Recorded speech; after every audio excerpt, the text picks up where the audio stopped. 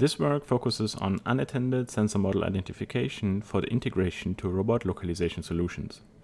Let's assume an uncrewed aerial vehicle that uses an extended Kalman filter with IMU-driven dynamics to estimate the so-called core states with position, velocity, and orientation. We can use a multitude of sensors to extend the filter's update equations, either by manual retrofitting or via autonomous information discovery on the fly.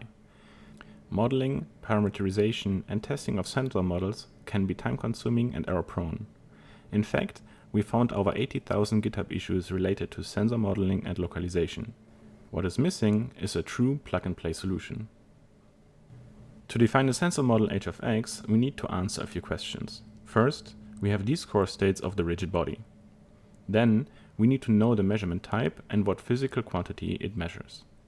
Then, given the rigid body, we want to define extrinsic states with self-calibration specific to each sensor. Next, does the sensor model need its own reference frame, different from the navigation world frame? This is needed for on-the-fly landmark discovery or visual inertial odometry to estimate the naturally occurring vision drift. And then, we need to identify if the measurement is expressed locally or globally. Our method answers these questions automatically. The key idea of our work is a single-stage identification process that simultaneously selects the sensor model and determines which states of the model are required, without training data. We are also introducing soft Boolean decision-making, which bridges the gap between symbolic and continuous reasoning. And finally, we are introducing a health metric that allows self-validation. The proposed system requires a valid localization data stream for the robot, a measurement sequence of the unknown sensor, and a predefined catalog of common sensor models. These are passed to the main stage where sensor selection and a rough estimate of parameters are inferred. The second stage performs a check for false positives, refines the found states numerically, and determines if these states are needed.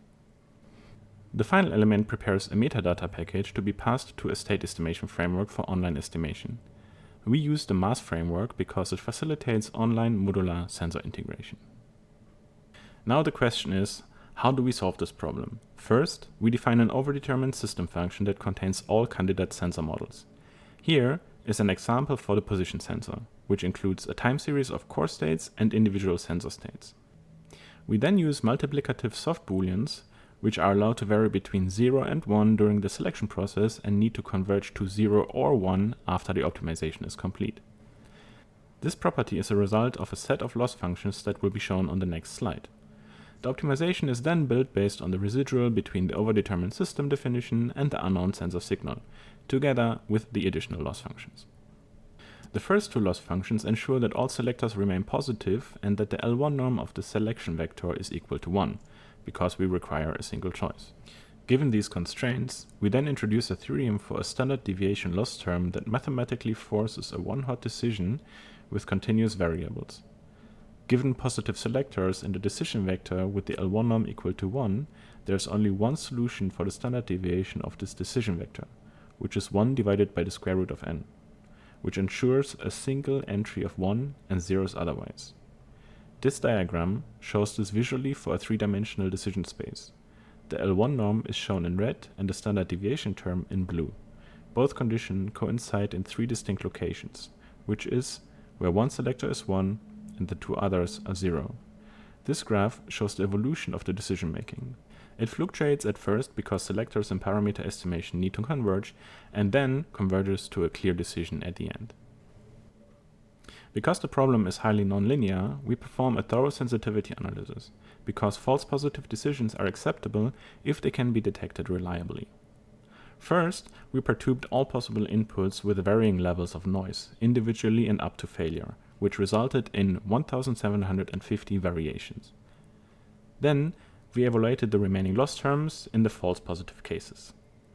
For the refinement stage, we also evaluated remaining residuals of calibration states and how accurate the filter behaves when initialized online. Based on the sensitivity analysis, we defined a pre-decision threshold for all loss terms and derived a metric based on remaining standard deviation losses and soft Boolean distances, illustrated by this box plot. Soft Boolean distances describe the distance between the highest and second highest Boolean, indicating the certainty of the final decision. If this distance is above 0.3, we can determine true positives with 100% precision and 92% recall, as shown by this graph. This slide shows an example for an incorrect decision due to unreasonably high signal-to-noise ratio for a velocity measurement. The top right shows a noise perturbation with 3 meters per second, leading to an incorrect detection as a position sensor.